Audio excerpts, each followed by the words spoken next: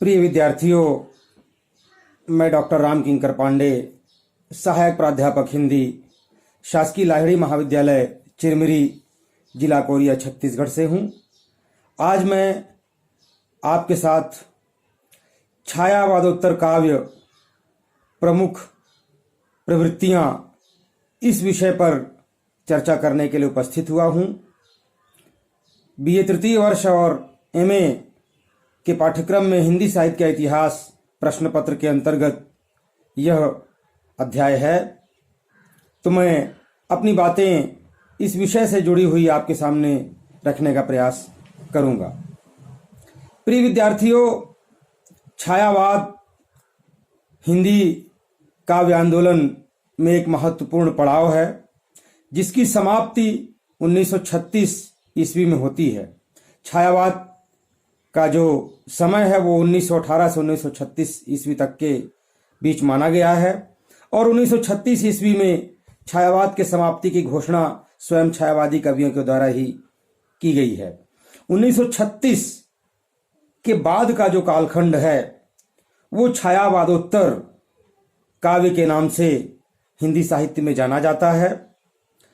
जब हम छायावादोत्तर कहते हैं तो इसका शाब्दिक अर्थ स्पष्ट है कि छायावाद के पश्चात, अर्थात 1936 ईस्वी के पश्चात जो भी काव्य प्रवृत्तियां, जो भी काव्य लिखा गया, वो छायावादोत्तर काव्य के नाम से जाना जाता है।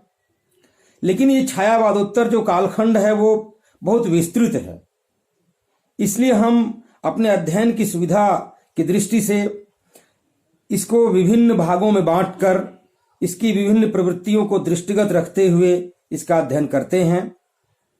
छायावाद की समाप्ति के पश्चात जो विभिन्न काव्य प्रवृत्तियां हमारे सामने हैं, उनमें से 1936 से 1943 के बीच प्रगतिवाद है, 1943 से 1951 के बीच प्रयोगवाद है, 1951 के पश्चात नई कविता का दौर है और 1960 के पश्चात विभिन्न कविता आंदोलनों का दौर है, जिन्हें अलग अलग संज्ञाओं से हम विभूषित करते हैं।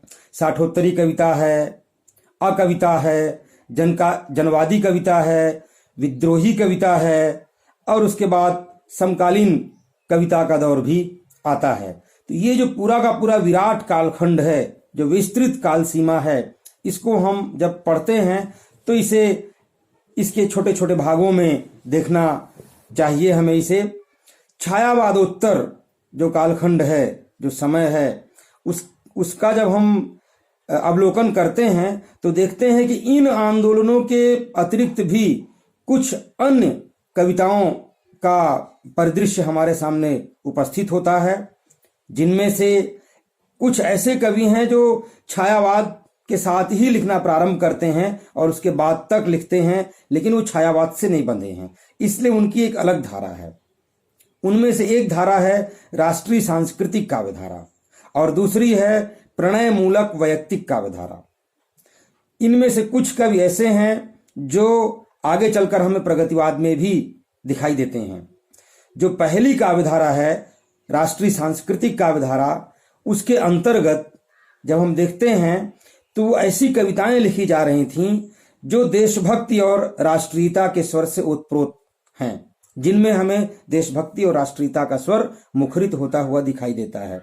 हम जानते हैं कि 1930 से लेकर के 1947 का ये समय भारतीय स्वतंत्रता आंदोलन के उत्कर्ष का समय है, भारतीय स्वतंत्रता आंदोलन के विविध पड़ावों का समय है, जिसमें स्वतंत्रता आंदोलन एक तरफ गांधी के नेतृत्व में चल रहा है तो दूसरी तरफ हमारे जो क्रांतिकारी साथी हैं उनका आंदोलन चल रहा है।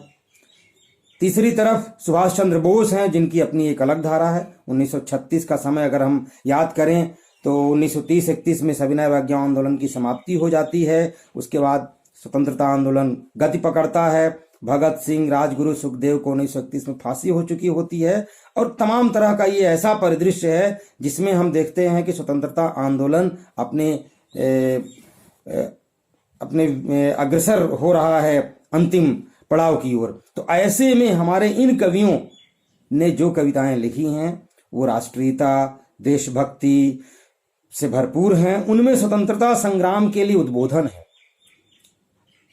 माखनलाल चतुर्वेदी हैं, बालकृष्ण शर्मा नवीन हैं, स्वयं रामधारी सिंह दिनकर हैं, सुभद्रा कुमारी चौहान हैं, राम नरेश त्रिपाठी हैं, जिनके काव्य में हम वीर भावों की प्रधानता और ओज का प्राधान्य देख सकते हैं।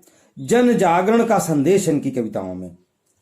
माखनलाल चतुर्वेदी कैदी और कोकिला कविता लिखते हैं, बलपंथी से लिखते हैं, पुष्प की अभिलाषा लिखते हैं। सुभद्रा कुमारी चौहान वीरों का कैसा हो वसंत लिखती हैं, और झांसी की रानी पर जो उनकी कविता है वो तो उद्घोष ही बन जाती है स्वतंत्रता आंदोलन का, जब वो लिखती हैं कि सिंहासन हिल उठे राजवंशे नो भ्रिकटी तानी थी, बूढ़े भारत में भी आई फिर से नई जवानी थी, चमक उठी सन 57 की वह तलवार पुरानी थी, बुंदेले हर बोलों के मुंह हमने सुनी कहानी थी। ये कविताएं हमारे साहित्य में देश प्रेम और राष्ट्रीयता का एक नया वातावरण का निर्माण कर रही थी। दूसरी तरफ जो प्रणय मूलक वैयक्तिक काव्यधारा है, जिसमें हरिवंश राय बच्चन लिख रहे हैं, रामेश्वर शुक्ल अंचल लिख रहे हैं, नरेंद्र शर्मा लिख रहे हैं, भगवती चरण वर्मा लिख रहे हैं, रामकुमार वर्मा की भी कविताएं हमारे सामने आती हैं। तो कुल मिलाकर के एक यह दौर भी है जिनकी कविताओं में मस्ती है, अल्लड़पन है, जीवन का उल्लास और उमंग है, जीवन का उत्साह है। जब भगवती चरण वर्मा लिखते हैं कि हम दीवानों की हस्ती क्या, आज यहाँ कल वहाँ चले, या जब बालकृष्ण शर्मा नवीन लिखते हैं कि कभी कुछ ऐसी तान सुनाओ जिससे उथल पुथल मच जाए, एक हिलोर इधर से आए एक हिलोर उधर से आए। जीवन को एक अलग तरह से देखने की दृष्टि है हमारे इन कवियों में। तो एक तरफ एक ये जो पूरा का पूरा कहना चाहिए कि छायावाद से जुड़ा हुआ छायावाद उत्तर काव्य है, क्योंकि जो ये उत्तर छायावाद है ये छायावाद से बिल्कुल समानांतर चल रहा था, लेकिन इनकी कविताएं छायावादी काव्य आंदोलन में बंधी हुई नहीं थी। मैं यहाँ पर उद्धृत करना चाहूँगा रामस्वरूप चतुर्वेदी को। हिंदी साहित्य और संवेदना का विकास नामक अपनी पुस्तक में वो छायावाद और उत्तर छायावाद के बीच की विभाजक रेखा को स्पष्ट करते हुए जब लिखते हैं, कहते हैं कि छायावाद और उत्तर छायावाद के बीच कुछ वैसा ही संबंध दिखता है जैसा मध्यकाल में भक्ति काव्य और रीति काव्य के बीच था।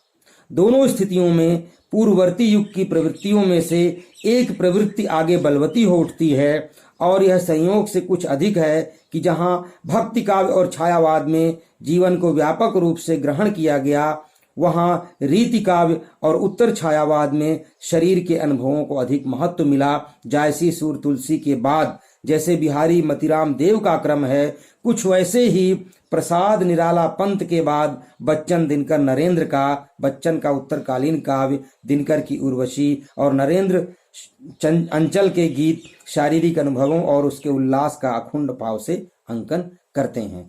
तो हम कुल मिलाकर इस कथन के माध्यम से समझ सकते हैं कि उत्तर छायावाद जो है छायावादी काव्य से कैसे अलग है। उत्तर छायावादी काव्य अभिव्यक्ति की मुखरता का काव्य है। इसके इन सारे कवियों में, चाहे वो दिनकर हों, चाहे अंचल हों, चाहे सुमन हों जो आगे चलकर प्रगतिवादी कविता भी लिखते हैं, चाहे वो बालकृष्ण राव हों, चाहे गोपाल सिंह नेपाली हों, इन सब कवियों में हमको एक सहजता, एक सरलता और एक अल्हड़पन दिखाई देता है जो हिंदी काव्य आंदोलन के लिए एक महत्वपूर्ण उपलब्धि है। तो इस तरह से हम देखते हैं कि ये पूरा का पूरा जो दौर है उत्तर छायावाद का, जिसमें ये कवि जो किसी भी आंदोलन से बंधे हुए नहीं थे, उनकी कविताएं हमारे सामने किस तरह से आती हैं। इसके पश्चात 1936 से 1943 तक का जो समय है वो प्रगतिवाद का दौर है। प्रगतिवाद हिंदी साहित्य के इतिहास में एक अनूठा दौर है, एक अनूठा आंदोलन है जो अपने आप में एक उपलब्धि भी है और साहित्य के लिए एक दिशा भी है। हम जानते हैं कि 1935 ईस्वी में विश्व स्तर पर फ्रांस की राजधानी पेरिस में वर्ल्ड प्रोग्रेसिव राइटर्स एसोसिएशन की स्थापना होती है। E.M. फॉरेस्टर उसके अध्यक्ष होते हैं और उसी की तर्ज पर भारत में भी अगले वर्ष 1946 1936 ईस्वी में लखनऊ में भारतीय प्रगतिशील लेखक संघ की स्थापना होती है। मुंशी प्रेमचंद उसके अध्यक्षता करते हैं और साहित्य में एक नए किस्म के आंदोलन का उदय होता है, प्रगति अर्थात आगे बढ़ना। प्रगतिवादी काव्य जो है आगे बढ़ने की बात करता है।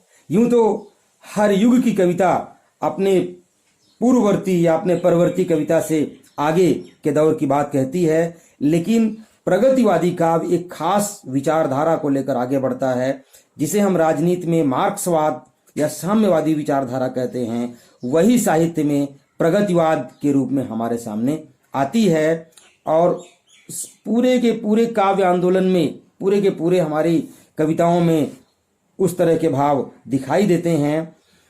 प्रगतिवादी काव्य का जो मुख्य स्वर है वो शोषक वर्ग है उसके प्रति घृणा और क्रांति के भाव के साथ है, और जो शोषित वर्ग है उसके प्रति दीनता या उसके प्रति एक तरह से स्वानुभूति का भाव लेकर चलती है। प्रगतिवादी कविता मार्क्स के उस विचार को धरातल पर रखती है जिसमें समाज के दो वर्ग हैं, एक सर्वहारा वर्ग और एक पूंजीपति वर्ग जो सर्वहारा का शोषण कर रहा है। और प्रगतिवादी कविता ये उम्मीद जगाती है कि क्रांति के माध्यम से एक दिन सर्वहारा वर्ग का उत्थान होगा और पूंजीपति वर्ग का विनाश होगा। हम प्रगतिवाद के दौर में इस तरह की बहुत सारी कविताएं देखते हैं। स्वयं निराला जो कवि छायावादी थे वो प्रगतिवाद में ऐसी कविताएं लिख रहे हैं। बादल राग उनकी प्रतिनिधि कविता है। पंत की कविताएं भी हम देखते हैं। लेकिन जब हम प्रगतिवादी कवियों की बात करते हैं तो ठेठ प्रगतिवादी कवियों के रूप में जो हमारे समक्ष आते हैं उस दौर में, उनमें केदारनाथ अग्रवाल हैं, नागार्जुन हैं, रामविलास शर्मा हैं, शिवमंगल सिंह सुमन हैं, रांगे राघव हैं, त्रिलोचन शास्त्री हैं, और जिनका मैंने अभी नाम लिया पंत भी हैं, निराला भी हैं, रामधारी सिंह दिनकर भी हैं, जो छायावादोत्तर काव्य में हैं और प्रगतिवाद में भी हैं, जिनकी कविताएं जब वो लिखते हैं, श्वानों को मिलता दूध यहाँ, भूखे बालक अगुलाते हैं, माँ की छाती से चिपक ठिठुर जाड़े की रात बिताते हैं, तो प्रगतिवाद का ही स्वर उनकी इन कविताओं में मुखरित होता है। प्रगतिवादी काव्य की एक जो महत्वपूर्ण विशेषता है वो है धर्म और ईश्वर के प्रति अनास्था। धर्म और ईश्वर को पूरी तरह से नकारते हुए ये कवि हमारे सामने उपस्थित होते हैं। और जिस तरह से कहा गया था कि धर्म अफीम की तरह से है, उसका काव्य में एक तरह से अभिव्यक्ति मिलती है हमें जो है। तो इनकी कविताओं में प्रगतिवाद का जो एक स्वर है वो क्रांति का स्वर भी। प्रगतिवादी कविता क्रांति की बात करती है और क्रांति की बात करते हुए वह सर्वहारा को स्थापित करने की बात करती है। तो हम देखते हैं कि प्रगतिवादी जो काव्य है उसमें सामाजिक यथार्थ का चित्रण है, सामाजिक यथार्थ की अभिव्यक्ति है। प्रगतिवादी काव्य में निम्न वर्ग का यथार्थवादी चित्रण है। जीवन में व्याप्त विषमता, विषाद, भूख, गरीबी, बेरोजगारी इत्यादि समस्याओं का चित्रण बहुत ही यथार्थवादी तरीके से प्रगतिवादी कवि करता है। आधुनिक साहित्य की प्रवृत्तियां नामक अपनी पुस्तक में डॉक्टर नामवर सिंह ने प्रगतिवाद शीर्षक अध्याय के भीतर प्रगतिवाद पर जब विचार करते हैं वो, और प्रगतिवाद के जो प्रारंभिक 20 वर्षों का मूल्यांकन करते हैं, तो हमारे सामने वो एक दृष्टि रख देते हैं। मैं उस वाक्य को यहाँ पर उद्धृत करना चाहूंगा जिसके माध्यम से हम समझ सकते हैं कि जो प्रगतिवादी काव्य है वो उसकी जो मूल अवधारणा है वो कैसी है। स्वयं डॉक्टर नामवर सिंह के शब्दों में प्रगतिवाद के इन 20 वर्षों का इतिहास, जो पुस्तक उन्होंने 1960-62 में लिखी थी, आधुनिक साहित्य की प्रवृत्तियां, उसमें लिखते हैं वो कि प्रगतिवाद के इन 20 वर्षों का इतिहास साहित्य में स्वस्थ सामाजिकता, व्यापक भावभूमि और उच्च विचार के निरंतर का विकास इतिहास है, जो केवल राजनीतिक जागरण से प्रारंभ होकर क्रमशः जीवन की व्यापक समस्याओं की ओर, आदर्शवाद से प्रारंभ होकर क्रमशः यथार्थवाद की ओर, और यथार्थवाद अथवा नग्न यथार्थ से आरंभ होकर क्रमशः स्वस्थ सामाजिक यथार्थवाद की ओर अग्रसर होता जा रहा है। ये डॉक्टर नामवर सिंह हैं जो हमें बताते हैं प्रगतिवाद की मूल अवधारणा को और उसकी मूल प्रगति को। तो इस तरह से हम देखते हैं कि प्रगतिवादी काव्य की जो विशेषताएं हैं जब हमारे सामने आती हैं तो उनमें यथार्थ का चित्रण तो है ही, साथ ही उसमें भाषा के स्तर पर भी परिवर्तन होता है। छायावाद की जो कविता थी, जहां उसमें एक रूमानियत थी, एक वायवीयता थी, एक कल्पना थी, उन सब का त्याग कर देती है प्रगतिवादी कविता और एक यथार्थ भाषा में एक यथार्थ काव्य का सृजन करने पर बल देती है। प्रमुख कवियों में जैसा कि हमने अभी जिनका नाम लिया, उनकी प्रमुख रचनाएं हैं। नागार्जुन की जो प्रमुख रचनाएं हैं, युगधारा है, सतरंगे पंखों वाली, प्यासी पथराई आंखें, भस्मांकुर, तुमने कहा था, और केदारनाथ अग्रवाल बड़े कवि हैं। युग की संध्या, युग की गंगा, नींद के बादल, फूल नहीं रंग बोलते हैं, आग का आईना, समय समय पर अपूर्वा। सुमंगल सिंह सुमन की रचनाओं में हिल्लोल, जीवन के गान, प्रलय सृजन, विश्वास बढ़ता ही गया, पर आंखें नहीं भरी, विंध्य हिमालय, एशिया जाग उठा है, मिट्टी की बारात, वाणी की व्यथा।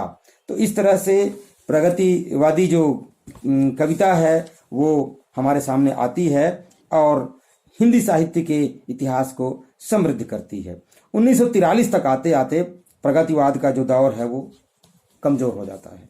प्रगतिवाद का दौर जो है वो थम सा जाता है और 1943 में एक नई परिघटना होती है।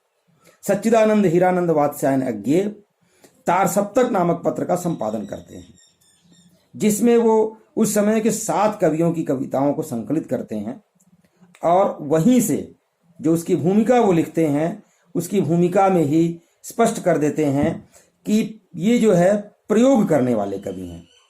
ये सारे के सारे कवि प्रयोग करने में विश्वास रखते हैं। हालांकि उन्होंने आगे स्पष्ट किया कि प्रयोग अपने आप में इष्ट नहीं है, वरन वह साधन है। लेकिन 1943 ईस्वी के पश्चात जिस तरह की प्रवृत्तियां परिलक्षित होती हैं, उन प्रवृत्तियों के आधार पर प्रयोगवादी काव्य की संज्ञा दी गई और जिसके प्रणेता बनते हैं सच्चिदानंद हीरानंद वात्स्यायन अज्ञे। इन कवियों या इस दौर की कविताओं की जो प्रमुख प्रवृत्ति है वो नवीनता की है। नवीन प्रयोग करते हैं वो, शिल्प में भी, भाषा में भी और संवेदना में भी। और इन्हीं नवीन प्रयोगों के आधार पर इस काव्यधारा को प्रयोगवाद की संज्ञा दी गई। बौद्धिकता का प्रयोग है, क्षणिकता है, इसमें मुक्त यथार्थवाद है। और प्रयोगवाद जो है, प्रयोगवाद के बारे में जब हम बात करते हैं तो कुछ चीजें बड़ी स्पष्ट हो जाती हैं कि प्रयोगवादी कवि ने भावुकता के स्थान पर बौद्धिकता को काव्य में स्थान दिया। जीवन की निराशा, कुंठा, अनास्था, जड़ता एवं संघर्ष की अभिव्यक्ति दी। दमित काम वासना के चित्र भी इस काव्य में उपलब्ध हैं। लघु मानव को पूर्ण गरिमा के साथ प्रतिष्ठित करने का श्रेय भी प्रगतिवादी कवियों को दिया जाता है। तार सप्तक के जो कवि थे उनमें कुछ कवि प्रगतिवादी भी हैं।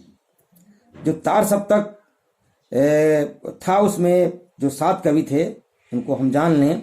नेमीचंद्र जैन, गजानन माधव मुक्तिबोध, जिनका नाम मैंने प्रगतिवादी कवियों में पिछले अपने वक्तव्य में इसलिए नहीं लिया कि अब वो आते हैं जब प्रगतिवाद के इसमें तार सप्तक के कवि के रूप में, लेकिन बाद में वो एक बड़े प्रगतिवादी कवि के रूप में प्रतिष्ठित होते हैं। और उनकी लंबी कविता अंधेरे में का प्रयोग, जिसकी अभी 2014 में हमने अर्धशती भी मनाई जो है, और उनके दिवंगत होने का भी 50 वर्ष पूरे हुए। 1964 में वो कविता आई थी अंधेरे में, और आगे चलकर के वो कविता हिंदी काव्य आंदोलन की महत्वपूर्ण कविता, लंबी कविता बनी अंधेरे में।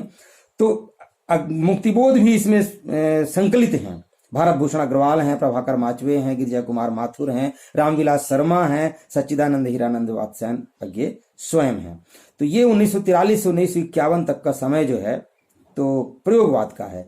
लेकिन 1951 में ही जब इलाहाबाद से नई कविता प्रकाशित होती है और आगे चल करके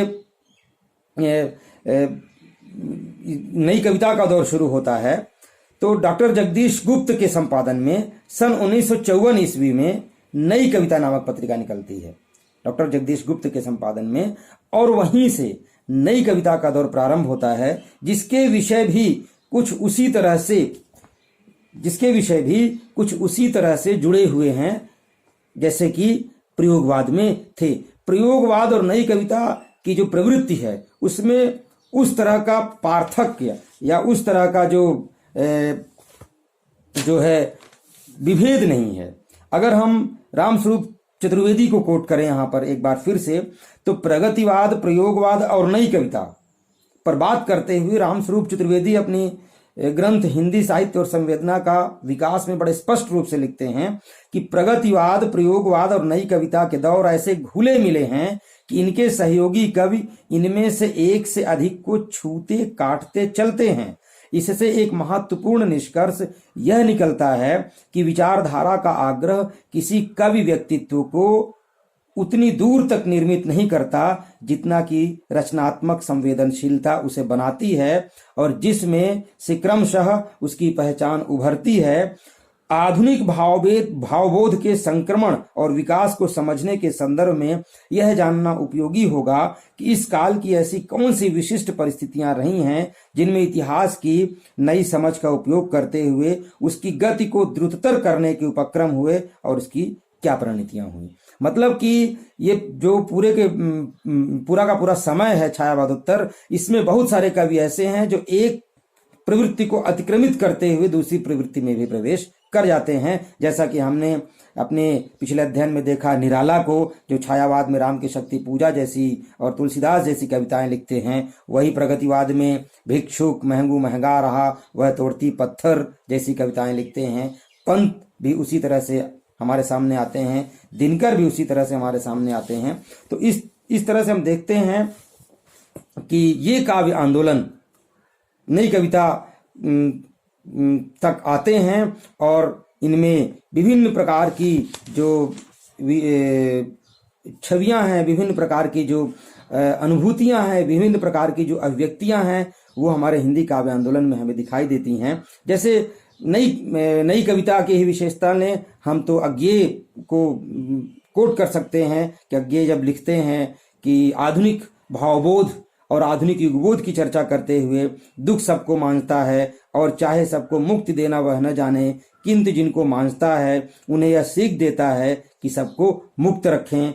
या जब बात करते हैं वो क्षणवादिता की इन कविताओं में कि आओ हम उस अतीत को भूलें और आज की अपनी रग रग के अंतर को छू लें इसी क्षण, क्योंकि कल के वे नहीं रहे, क्योंकि कल हम भी नहीं रहेंगे। तो इस तरह से जो नई कविता है उसका धरातल एक नए भावबोध का है, एक नए युगबोध का है, एक नई भाषा का है, एक नए शिल्प का है, एक नई संवेदना का है, जिसमें कुछ चीजें ऐसी हैं जो जैसे अतिशय बौद्धिकता है।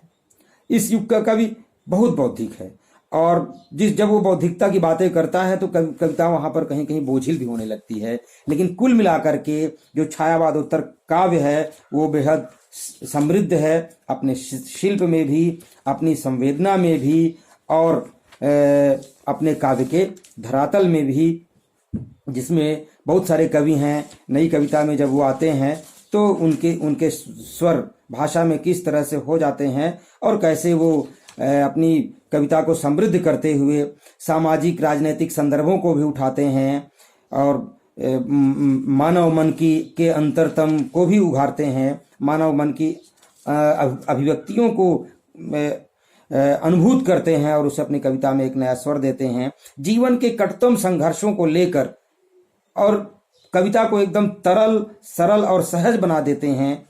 शमशेर बहादुर सिंह हैं हमारे सामने, गिरजा कुमार माथुर हैं इन कवियों में, और हम इस तरह से कह सकते हैं कि ये जो पूरा का पूरा आंदोलन है, ये जो पूरा का पूरा दौर है, वो हिंदी कविता में एक नए किस्म के भावभूमि और एक नए किस्म के भावबोध का धरातल निर्मित करता है और हिंदी काव्य आंदोलन को समृद्ध करता है। इनकी कई महत्वपूर्ण उपलब्धियां हैं, किंतु जब कविता मनुष्य के मन को छूती है तभी उसकी सार्थकता हमें समझ में आती है। कहीं कहीं अतिशय बौद्धिकता, छंदहीनता, अश्लीलता और मुक्त यौन चित्रण कविता को बोझिल करते हैं, लेकिन इसके बाद भी यह कविता हिंदी काव्य आंदोलन में अपना एक अलग स्थान रखती है। और 60 के बाद जब हम देखते हैं कि साठोत्तरी कविता और अकविता आंदोलन आता है या जनवादी विद्रोही समकालीन कविता आती है, तो आगे चलकर हिंदी कविता बहुत समृद्ध होती है, जिनमें बहुत सारे नाम हमारे सामने आते हैं। दुष्यंत कुमार का भी एक दौर आता है, श्रीकांत वर्मा, रघुवीर सहाय आते हैं सीढ़ियों पर धूप में अपनी कविता संकलन के माध्यम से, डॉक्टर देवराज आते हैं, अजीत कुमार आते हैं, राजकमल चौधरी की कविताएं हैं।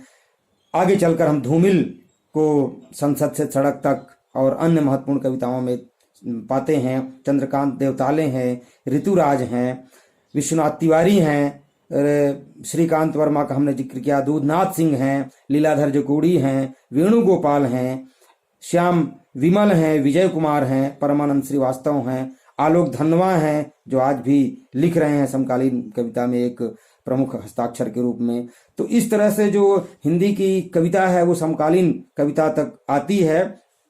और इसकी अगर हम प्रवृत्तियों साठोत्तरी कविता के बाद साठोत्तरी कविता की प्रवृत्तियों की ओर अगर हम इंगित करें तो इस कविता में एक असंतोष है, एक अस्वीकृति है, विद्रोह का स्वर है। उसके कारण अलग हैं, क्योंकि जब हम उसकी चर्चा करेंगे तो फिर आज़ादी के बाद का मोहभंग हमारे सामने आएगा।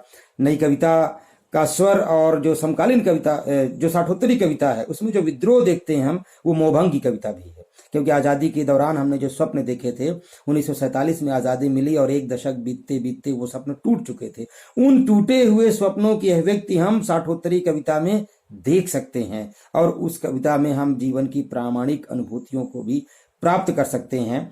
समकालीन साठोत्तरी कविता जो आगे चलकर हमारे समकालीन कविता के रूप में हमारे समक्ष है, वो एक तरह से मान्यताओं परंपराओं के मोहभंग की भी कविता है और वो जीवन के यथार्थ से सीधा साक्षात्कार करने वाली कविता है। उसमें जीवन की खीज है, असंतोष है, निराशा है, कुंठा है, कड़वाहट है, कई तरह की ऐसी अभिव्यक्तियां हैं जो उसको समृद्ध करती हैं। राजनीतिक संदर्भ उसमें बहुत हैं और वो अपने राजनीतिक संदर्भों से अलग नहीं है। मानव की स्वार्थपरता का स्वर है, अधिकार लोलुपता का स्वर है, भ्रष्टाचार के उजागर होने का स्वर हम देखते हैं। तो समकालीन कविता उन्हीं अभिव्यक्तियों को, उन्हीं अनुभूतियों को अभिव्यक्त करती है जो जीवन की निर्भय वास्तविकताओं से मन में उभरी हुई हैं। एक तरह से यह यथार्थ की कविताएं हैं जो हमारे सामने जो है प्रस्तुत होती हैं। तो इस तरह से हम इन कविताओं को देखते हैं और ये मुझे लगता है कि मैंने अपनी बात पूरी कर ली है। इसके बाद एक नवगीत की भी परंपरा आती है जो आगे चल करके एक अपना नई दिशा लेती है, अपना एक नया स्वर लेती है। एक नवगीत वीरेंद्र मिश्र का है। नवगीत जो हिंदी कविता में 60 के बाद 70 के बाद का है, जिसमें कविताएं एक व्यापक भावभूमि पर हमारे सामने आती हैं।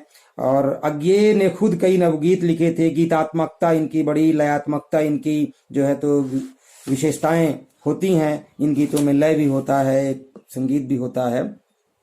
अपने बात को खत्म करूंगा मैं। वीरेंद्र मिश्र का एक नवगीत है, उसे जो आज के संदर्भों में भी हमें प्रासंगिक लगता है, उसको कह करके मैं अपनी बात को पूरा करूंगा कि नील गगन सा बेकारी का साया है, कृष्ण निशा सी महंगाई की छाया है, शासन का दीपक मरघट सा जलता है, रिश्वत का रथ राजमार्ग पर चलता है, खून खराबी महानाश का तांडव है, कौरव जैसा राज की जनता पांडव है, कौरव जैसा राज की जनता पांडव है। इस तरह से मुझे लगता है कि विद्यार्थियों, मैंने आपके सामने छायावोत्तर काव्य, उसके प्रमुख काव्य आंदोलन, उसकी प्रमुख प्रवृत्तियां और इस पर अपनी बातें जो है रख दी हैं। एक बार फिर से मैं साठोत्तरी कविता की जो प्रमुख प्रवृत्तियां हैं उनको अगर कुछ वाक्यों या कुछ शब्दों के माध्यम से कहूं तो इनमें समकालीन कविता में भी वो हैं कि वर्तमान विसंगतियों का चित्रण है, लोक जीवन की अभिव्यक्ति है, परिष्कृत सौंदर्य बोध है, जनभाषा का प्रयोग है, लोक धुनों का प्रयोग है, नवीन बिंब योजना है, नवीन प्रतीक योजना है और नवीन उपमानों की योजना है, जिसकी भाषा जनसाधारण की भाषा है, जन सामान्य की भाषा है। और कविता की यही सार्थकता भी होती है कि वो जनसाधारण की बात कहे और उसी की भाषा में कहे। तो मुझे लगता है कि मैंने अपनी बात पूरी कर ली है और आपको जो हमारे पाठ्यक्रम का विषय है वो स्पष्ट हो गया होगा। आप सभी को धन्यवाद।